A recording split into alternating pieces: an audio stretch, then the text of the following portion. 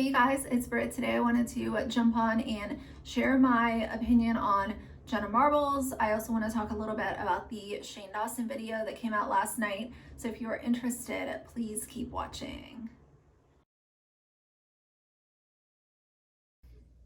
Hey guys. So today I want to talk a little bit about Jenna Marbles leaving YouTube. I want to talk a little bit about the Shane Dawson I guess I'll call it an apology video that he posted. I had some thoughts, and I'm just going to put on a little makeup while I talk about it. So, I know some people, it seems like there are a couple people that come to my channel and they don't like when I do makeup and talk about these things, but that's just the way it is. Sometimes it helps me kind of think about things as I'm doing my makeup, so hopefully it's not annoying, but I'll try to do some where I'm just sitting and talking, and then some where I'm doing my makeup, just so maybe I can make everyone happy. I don't know. We're gonna use my little Rowan 1111 quad today. So first, let's talk about Jenna Marbles deciding to leave YouTube. So Jenna, honestly, I'm just gonna preface me talking about Jenna to let you guys know I'm very sad. I'm sad about Jenna leaving. I think that is the general consensus, at least based on what I have heard. People are upset, they are sad, because when you think of problematic people on YouTube, Jenna Marbles is not someone that comes to mind, at least for me. And again, this should be very obvious that I'm saying this, but I can only speak for myself and, maybe the general vibe that I'm getting from people online. So if you're watching this video and you feel different, then that's fine too, So Jenna, let's see. I've been aware of Jenna Marbles since, I had seen some of her early videos. I didn't really ever think that they were that funny, but I knew of who she was back in, say like 2011, 2012, because her video of ugly girls being pretty, or whatever the title of that one video was that went viral, was shown on a lot of different places over the years, obviously, because it was a viral video. So, more recently, I didn't really watch her content. I would check in on her channel once in a while, see what she was up to. I guess I was just more focused on the people that I subscribe to, that, I wasn't visiting her channel like once a week, put it that way. But I like her, I never, again, really found her very funny, but that's okay. I like her as a person. So anyway, that was sort of my stance with Jenna as of lately. And then I saw a video that was on my trending page the other night that said, what was the title of her video? I don't know. It looked really serious though, so I'm like, let me check this out. And Jenna Marbles decided that she was going to leave YouTube. And, again, I think everyone in their videos is saying Jenna left YouTube. When I read that, I realize it's to grab attention and all of that. She didn't say in her video that she's absolutely leaving forever, but I do think that this could end up being a 6-month to a year break for her. I do believe that she will be back. I don't think that she's just going to walk away forever, but I think that she feels like this is the right thing to do. So you know, let her take a break. Let her take 6 months, a year, year and a half. Her fans will be here waiting for her when she gets back. Now, let's talk about why she left YouTube. This was news to me. Now, granted, you have to consider that maybe I was a little ignorant, but I did not know about, you know, the video that she specifically talked about, you know, why she was getting pressure to leave YouTube. She did a video impersonating Nicki Minaj. So her Nicki Minaj video is evidently what she was getting a lot of pressure to, you know, people were not happy with her for it. And I believe this is a video that was re-uploaded because she said that it had been private on her channel for a very long time.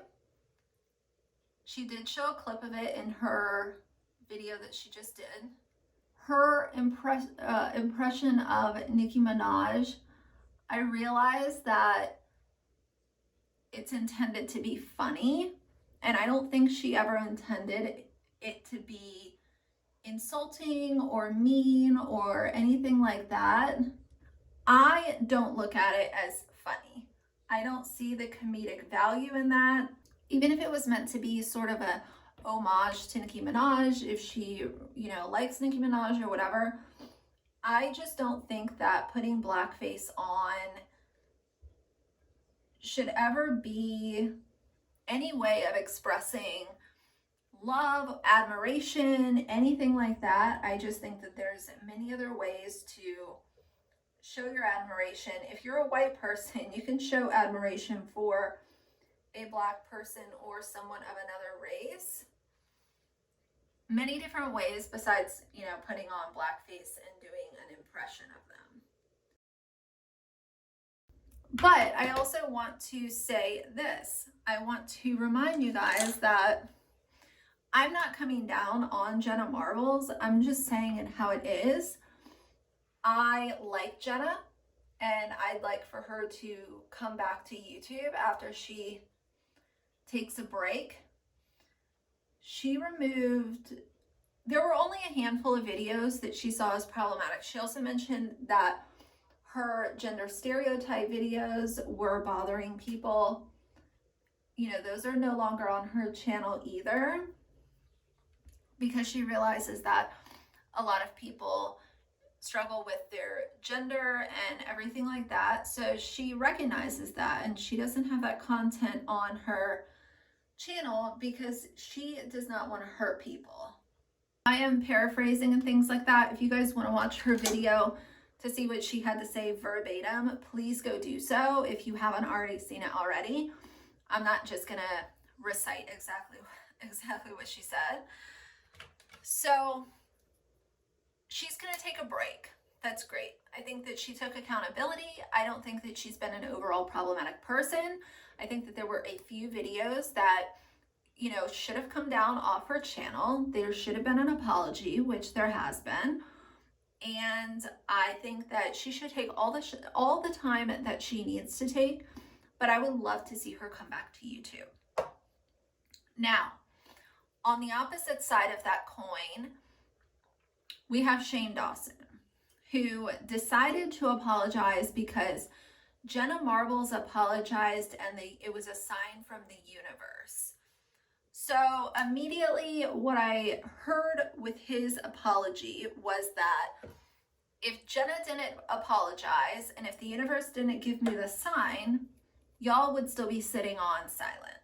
That's what I took from it. You know, honestly, at this point, I am so fatigued by Shane and all the things that I have seen and heard and read over the last, call it, week.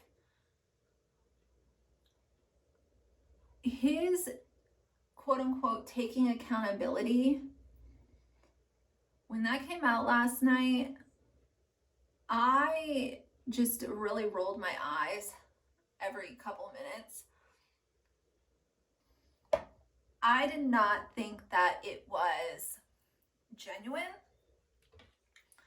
I think that he has been getting a lot of pressure, and I think that with Jenna coming out with her apology,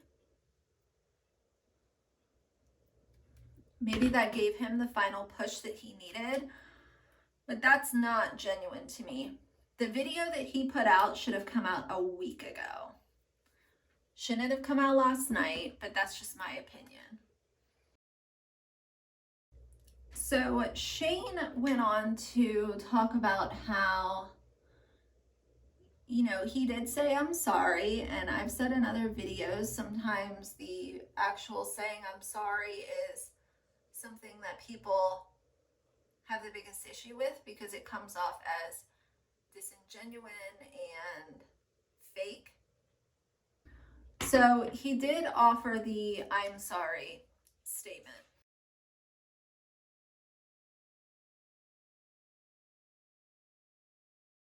The overall problem that I have with Shane's video is that he says so many times over how he's changed, he's not that person, he hates that person, he's tried to ignore that person, he doesn't want to see that person, he doesn't want to listen to that person. The problem is that until today, many of those problematic videos that people have been referring to were still on his channel. Today, he decided to remove a bunch of videos from his main Shane Dawson channel. Yesterday, he was still deleting videos from his Shane Dawson TV channel. That channel now has no content whatsoever, so he wiped that channel completely clean. However, the issue is that his Shanae channel still exists and still has content on it. And if you guys don't know, the Shanae character is the character that he used to make fun of Black women. And this is completely unacceptable. Like, granted, hold on. Let me slow myself down here because I'm getting really upset. Accepting his apology, it's not my apology to accept. I am not Black. I am not, one of the young girls that he bothered in the past or anything like that. I am not Asian. I am not Mexican.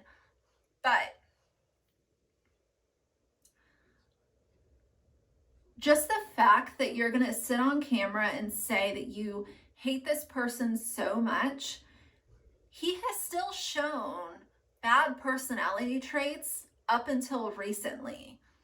The videos that, are insulting to Black women are still on the internet. Many other problematic videos were still on his main channel until this morning. That's after his apology. His apology was last night. This morning is when he decided to start taking videos off of his main channel. So I'm not going to say I don't accept his apology because, again, it's not my apology to accept. But I am frustrated. I am heartbroken. I am irate for anyone who has been hurt by his content. And there has been so many different people hurt by what he's done on the internet. And before all of the keyboard warriors come out and say, "Oh, that was years ago, up until April of 2020, Rylan Adams, who is his fiance, I didn't know about this until Katie from Without a Crystal Ball mentioned it on one of her live streams.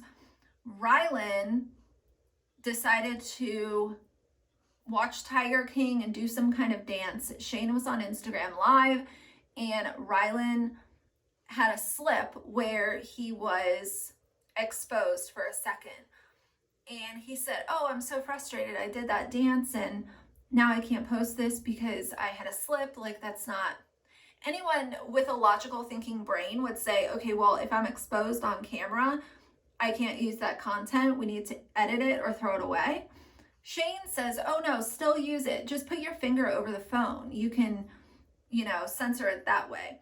Knowing that there are young kids that watch both of them. there's, I'm gonna put on my mascara here. So a lot of the really, really dark stuff that I can't talk about here, I'm going to send you guys over to Katie's Twitter.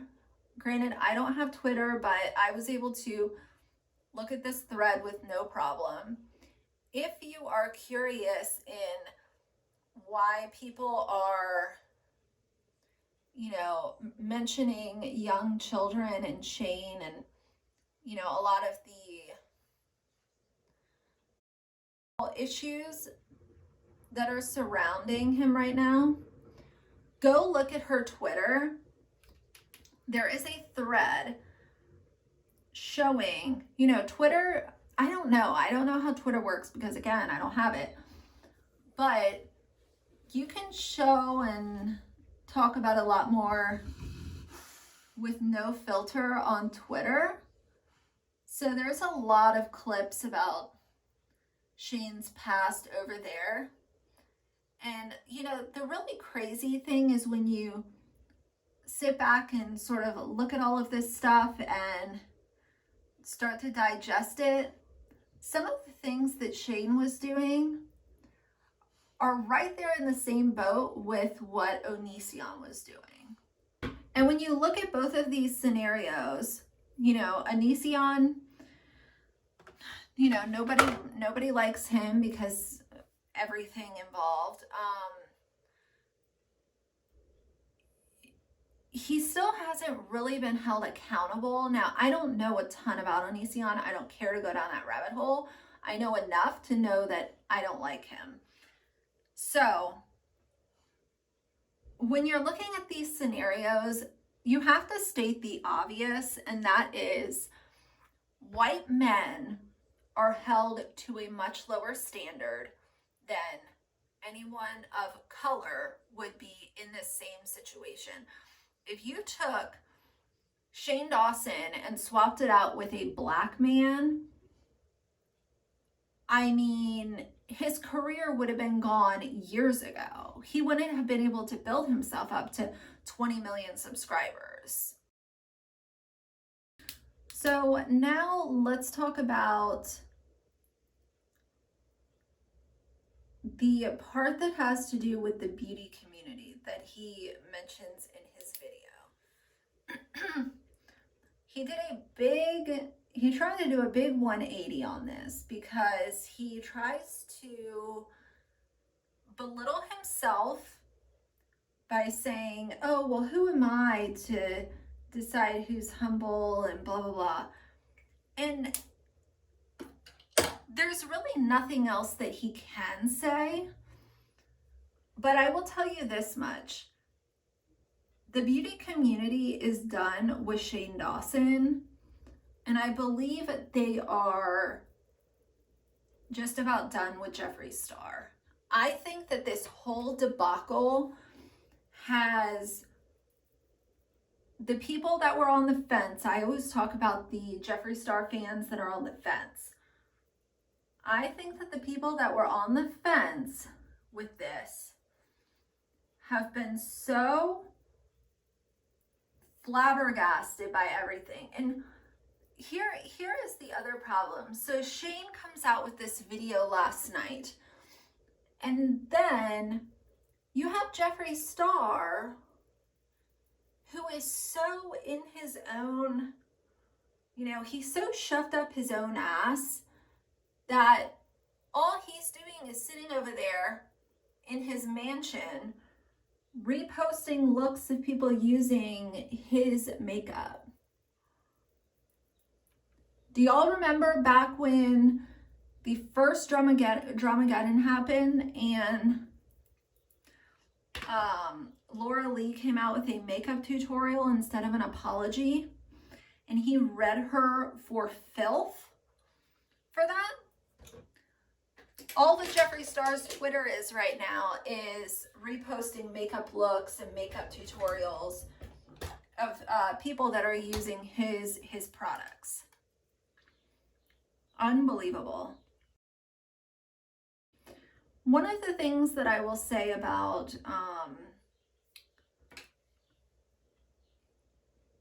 you know, Shane trying to take accountability is that, in my opinion, I don't think that he is sorry for anything. I think that he will always try to claim that he's a different person and all of this stuff. I think that he is still gross and vile behind closed doors. I think that now he might try to be more careful on, you know, what's said when the cameras are on. He might try to be a little more careful.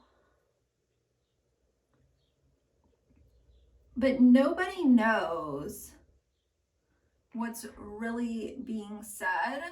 And if he's still the way that he was back then when the cameras are off, and you have Rylan Adams sitting there and Jeffree Star and, you know, Trisha Paytas, let's just start with Rylan. If you're co-signing your fiance to act that way, that is very, very, very bothersome to me. And here's the thing with all of that. I've heard Jeffree try to blame things on shock value or, you know, with Shane, it's like, oh, well, that used to be a comedy skit. Like, I've said this in other videos. I am not someone who takes comedy very seriously. I'll laugh at stuff that is like dark and maybe not, you know, funny. But none of the things that I've seen Shane Dawson talk about or do over this last like week to, you know, 7 to 8 days, not one thing have I looked at and said, that's funny. That's funny. People shouldn't be taking it so seriously. Not one thing. Like, none of it is funny. It never was funny. And here's the whole thing about people saying, oh, well, back in 2009, it was funny to da-da-da. Like, but it wasn't. Okay, I was not very young in 2009. None of that shit was funny.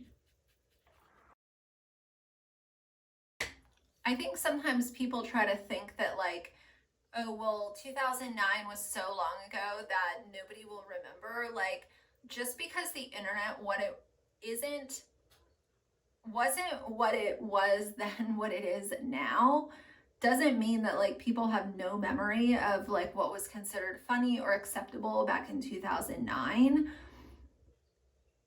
Being racist, being sexist, being homophobic, like none of those topics were used in a comedic way and people would like sit around a table and laugh at it. Never. So, full transparency, as always with you guys, this is the Rephr 22 bronzer brush right here. This was not sent to me for free, but I did receive it at a discount because I agreed to share my thoughts with the company. This is a brush that I have been considering buying for a while, but it is, I believe it's $100 or $110 full price. I was on Instagram the other morning and I saw the Beauty News official page that I follow said, hey, you guys can get this brush at a discounted rate right now if you share your opinion. So I went on the website to make sure it was, you know, official. And it was. So I ordered it. It was half price. So I think I paid $55 for it. And then they're going to send me a form to share my experience. I haven't tried using it yet, but as some of you might know, recently I've been using the Kyoto brush, this one right here. So right off the bat, I can tell you the Rephr one has longer bristles. And then of course, my most favorite Tom Ford bronzer brush. This looks like it's gonna be a very good dupe. The length of the bristles is just about the same. This one from Rephr, I will say the handle is very long And I don't really know if I love that. I kind of like shorter handle brushes, not travel like stubby brushes, but I just usually like them to have a little bit of a shorter handle. So anyway, I'm going to continue using that, and then I'll share my opinion with the company and see what they have to say, you know? So, okay, here's my overall sort of consensus when it comes to Shane and this whole video that he put out last night and everything like that. Like I said, you know, I don't want to rehash the whole thing. If you guys are interested in hearing everything, you can go to any drama channel. I'm sure that it'll be reposted a million times today. So hold on, let me use my Laneige mist. Okay, I'm gonna let that soak in while I talk. So my overall consensus is that I didn't even know a lot of these videos existed. So for me, as someone who enjoyed Shane's conspiracy videos, I appreciated, you know, the work that went into them and his consistency back then. His consistency now is like nothing, like he never posts videos. And then once he aligned himself with Jeffree Star, my mind changed very quickly because I didn't like Jeffree. I didn't think he was good news. So as someone who didn't even know that, you know, all of this existed until a few days ago, I am disappointed but not shocked. Honestly, there are so many people on this platform that are both very successful, mid-tier successful, and small, and they have very dark pasts. And it's just a matter of time until it's exposed. Shane's past is pretty dark, I will say. If you go over to Katie Without a Crystal Ball's channel or Twitter feed and look at some of the stuff there, you kind of need to have like a warning before you go over there because it's pretty vile, the stuff that is being shared. But if you want to know what people are so upset about, then it's all there for you. Now, as far as someone changing or saying that they're going to change or they have changed and all of this stuff, the biggest problem that I have with that is, do I think that Shane is doing very, very vile things now? I don't know. I don't know what he does when the camera's off. I don't know what's said behind closed doors when he's just with friends and family. So I can't speak to that. But the fact that the Shanae videos are still up, the only people that he has done series on YouTube are really problematic white people. C, his best friend is Jeffree Star and his other best friend is Trisha Paytas. You know, all of those things combined into one, I just don't know if he has changed. And I have shared this before, and I'll share it again because I think that it's relevant. I heard when I was very young, you know, when I was in high school, I was hanging out with kids that were not very good. And I was right there along with them. So call me not very good too. But I remember when my dad kind of caught wind of, you know, I was skipping school and I was doing things that a teenager probably shouldn't be doing at 12 o'clock on a Wednesday. He sort of caught wind of this. I think that the school was calling him because I was skipping, and he started to put two and two together. You know, I would come home smelling like cigarettes. Like, my dad's a very smart guy when it comes to stuff like that, so he caught on pretty quickly. And he gave me the old talk of, you know, you are the company that you keep. Even if you're 16, 15 right now, you are the company that you keep. So if you're going to surround yourself with people who are doing these kinds of things, you're going to do it too. And damned if I wasn't doing all of the shit that they were doing too. That was my choice. I wasn't pressured into doing it. I was a curious kid. But I share that to say, you are the company that you keep, even as an adult. It doesn't matter if you're 15 or, you know, 45. the people that you choose to surround yourself with and call family, just like he calls Jeffree Star family, it's because you're like-minded. You're like-minded individuals. You like the same things. You like to talk about the same things. You find the same type of things acceptable. So I don't know. For me, the fact that he and Jeffree hit it off so well and they've kind of been inseparable since, what was that, like 2017, says a lot. And I think that now Shane's just being a lot more careful about what's said when someone's recording. That's just my personal opinion. Again, I don't know what he's up to in his, $3 or $5 million house out there in LA. Don't know, don't care. But what I do care about is supporting someone who is problematic and, not very nice. And I think the worst thing about a lot of this is you have like fake apologies. The fake apologies are the worst because it comes off like I'm only apologizing right now because I got called out on my bullshit, so I'm trying to do damage control. It's sort of like, it was the same vibe that I got with Susan Yara. I felt like she apologized because she was getting a lot of pressure from the skincare community, the YouTube community, the beauty community at large. I don't think that if she wasn't caught with this whole skincare scam, I don't believe that we would have seen an apology. And I could be totally wrong on that, but I think that things would have just been let to ride out.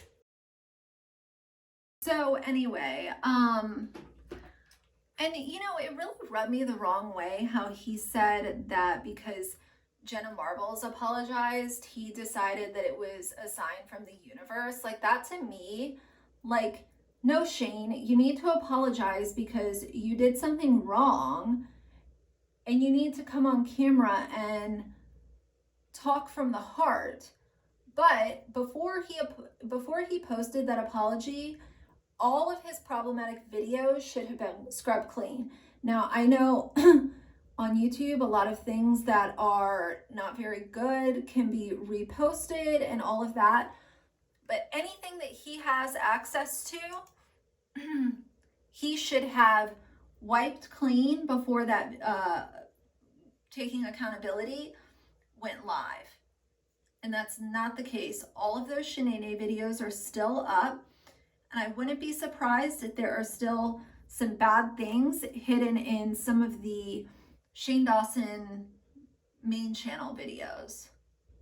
But you guys need to go watch, or go on that thread that Without a Crystal Ball started on Twitter. If you guys are on the fence or you're just not sure what to think of everything, go over there to that thread and, get yourself a glass of wine or, a Hennessy if you're me.